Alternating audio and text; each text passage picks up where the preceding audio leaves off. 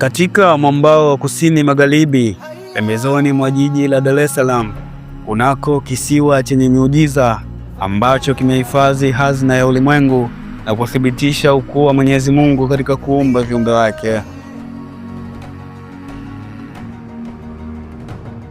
Kisiwa kilichoshikilia historia ya jadi, maajabu ya asili pamoja na siri za kale ambazo zimehifadhiwa kwa miongo mingi iliyopita.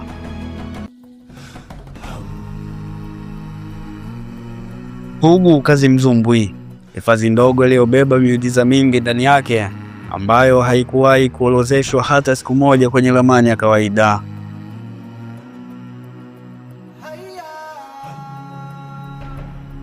Hifadhi hiyo inayopatikana takriban kilomita 20